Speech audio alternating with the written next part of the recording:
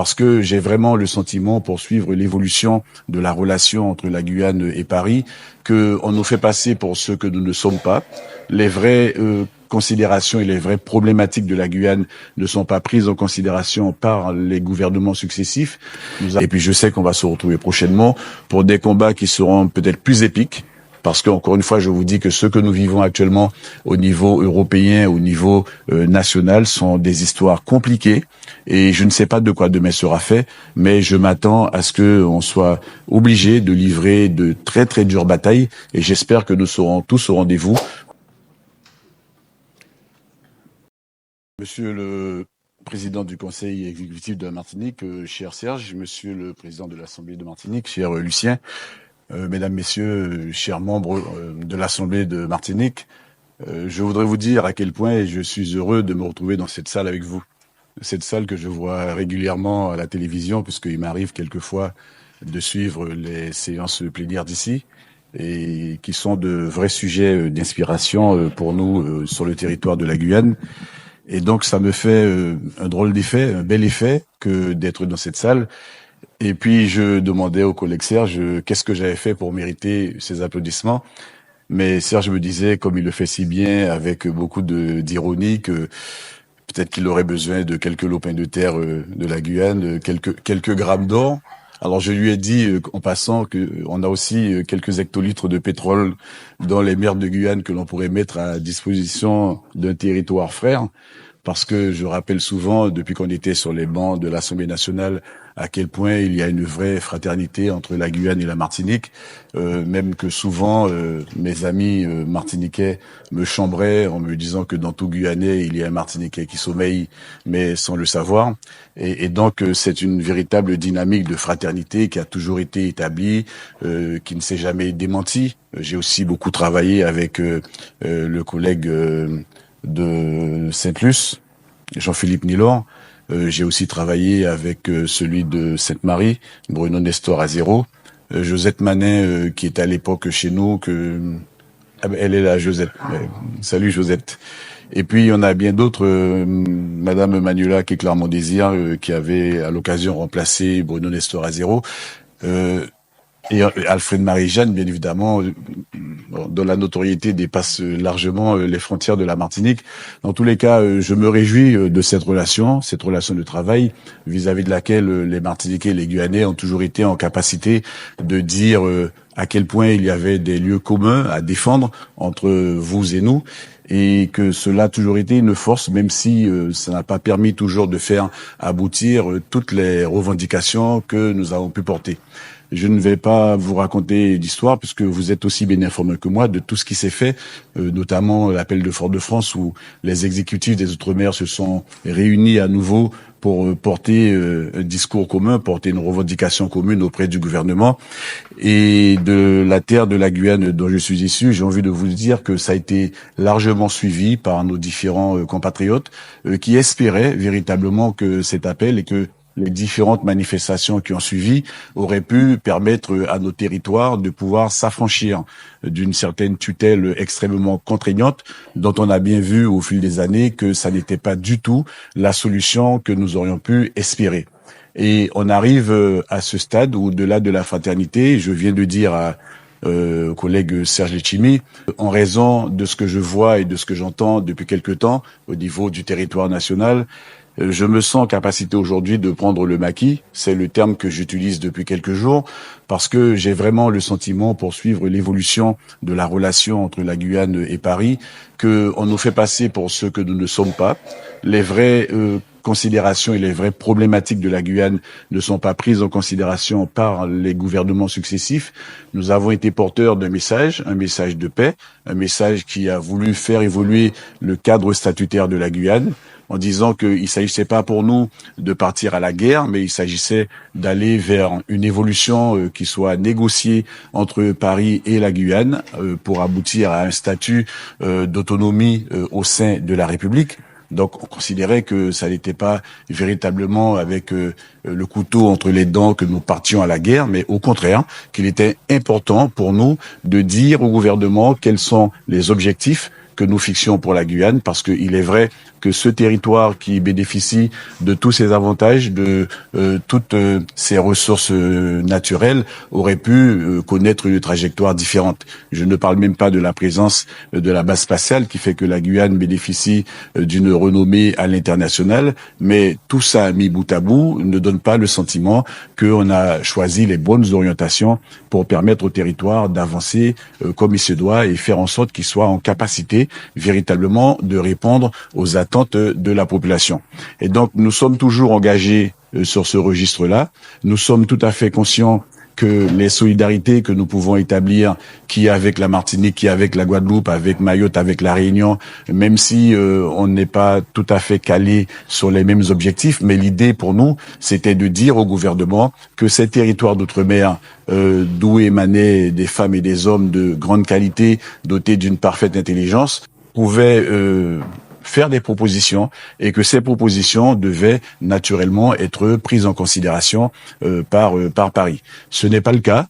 Je suis le premier à le regretter, mais je considère que cette force de solidarité que nous avons établie les uns avec les autres, on doit pouvoir la maintenir, on doit pouvoir la faire perdurer, parce que on peut y aller tout seul, on pourrait aller vite, comme disait un grand homme, mais quand on y va ensemble, on va forcément plus loin. Et donc, je plaiderai à chaque fois que cela sera possible pour que, quelles que soient les personnes qui seraient en position de responsabilité à la tête de nos différents territoires, que nous puissions nous donner cette capacité à continuer à œuvrer ensemble, à créer cette force ensemble, pour enfin pouvoir définitivement modifier le rapport de force. En réalité, ce que nous demandons, ce n'est pas la mer à boire, selon nous. On souhaiterait simplement pouvoir domicilier un certain pouvoir normatif dans certains domaines qui relèvent de la loi, dans certaines compétences qui relèvent de la loi.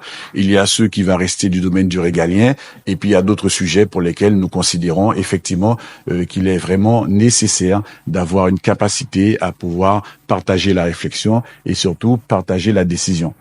Sincèrement, je vous dirais que je ne vois pas ce qu'il y a de compliqué dans ça. Alors des fois, on se dit, on ne comprend pas pourquoi ils ne comprennent pas, mais je suis intimement convaincu par ailleurs qu'ils ont parfaitement compris. Parce que en réalité, ce qui fait la grandeur de la France, ce qui fait la force de la France, c'est vraiment ces outre-mer qui lui confèrent des richesses inestimées et des fois peut-être inestimables. Mais on considère qu'il y a nécessité de partager la force, de partager le bienfait que l'on peut tirer de ce que nous possédons, de ce que nous sommes. Et donc c'est tout le combat que nous allons devoir continuer à mener. Et j'espère véritablement que autant que vous serez en capacité d'accompagner également ce combat. C'est ce que je dis aux élus de Guyane. Je leur dis, c'est vrai que par moment, on n'est pas toujours tous d'accord sur les mêmes éléments, on n'est pas tous d'accord sur la même trajectoire, on n'est pas forcément tous d'accord sur les mêmes objectifs. Mais quand on fait le bilan de ce sur quoi on est d'accord et de ce sur quoi on n'est pas forcément d'accord, on finit par réaliser qu'il y a davantage de points de convergence. Il y a plus de points d'accord que de points de désaccord. Et lorsque je fais la même comparaison qui avec la Martinique, la Guadeloupe, j'ai oublié Saint-Martin, la Réunion, Mayotte, eh bien on se rend compte qu'il y a également des points de convergence à partir desquels on pourrait se mettre d'accord pour pouvoir avancer ensemble, parce que le terme ensemble, c'est celui qui va forger le socle sur lequel nous allons pouvoir continuer à construire l'avenir de nos territoires respectifs. Pour terminer, je voudrais simplement vous dire que dans ma campagne en 2021, nous nous sommes dotés d'un slogan, c'est celui de vouloir hisser la Guyane au rang de carrefour mondial d'excellence, parce que nous sommes déjà un carrefour mondial, rien qu'à voir la diversité ethnique qu'il y a sur ce territoire. Quand on regarde la Guyane de près, on a vraiment le sentiment que c'est un monde en miniature. Et on a aussi de grands pôles d'excellence qui gagneraient à être mieux connus, qui gagneraient à être mieux identifiés. Et puis j'ai invité nos compatriotes, bien évidemment, par le verbe hisser, qui est un verbe d'action, à ce qu'on puisse se mettre au travail, parce qu'on n'aura pas de résultats favorables s'il n'y a pas de travail à la base. Mais je crois que ça, c'est une démarche qui est humaine. Et ce que je dis pour la Guyane, je pense que c'est certainement ce que vous dites également pour la Martinique. C'est par le travail qu'on pourra obtenir les résultats que nous espérons. Donc je vous souhaite bonne chance, bon courage dans ce que vous faites pour vos compatriotes martiniquais qui sont aussi mes amis, parce que j'ai connu la Martinique en 1979. parce que j'étais étudiant à Fouillol en Guadeloupe, et puis il y a des amis martiniquais qui m'ont invité à passer les vacances de Noël chez eux. Et je vous dirais que lorsque j'ai découvert la Martinique, c'était à Ducos, à la cité Lazaret, de là où on était, on voyait la plaine du Lamentin en contrebas. J'ai réentendu la divinité de la Perfecta, qui était sortie en 78.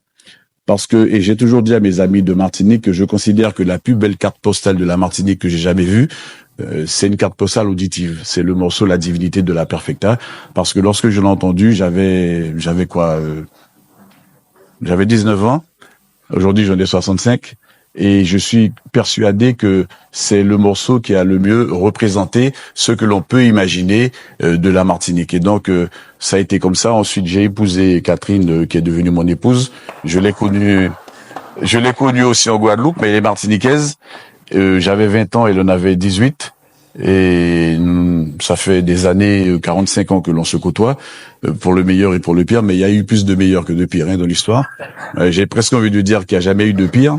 Bon, des fois j'ai boudé parce que j'étais pas content, mais ça s'est arrêté là.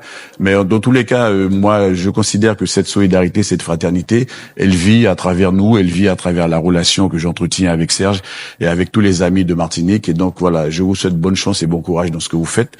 Et puis je sais qu'on va se retrouver prochainement pour des combats qui seront peut-être plus épiques. Parce qu'encore une fois, je vous dis que ce que nous vivons actuellement au niveau européen, au niveau national, sont des histoires compliquées.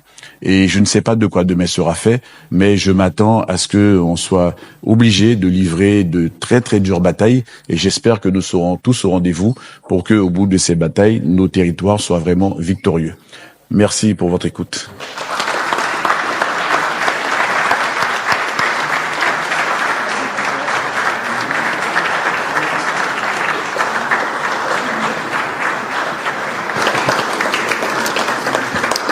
Monsieur le Président, Allez-y, qui me parle? c'est moi, Léotin. Ah, Madame Léotin. Bonjour, Monsieur le Président de la CTG.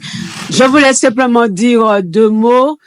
Il manque à l'écran, non pas le logo de la CTM, mais le drapeau guyanais.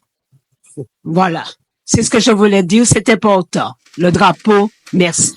Merci. Le Président, merci d'avoir accepté de visiter notre assemblée. Non, pas de problème. Okay. Et bonne continuation. Ouais. Ça marche. À bientôt.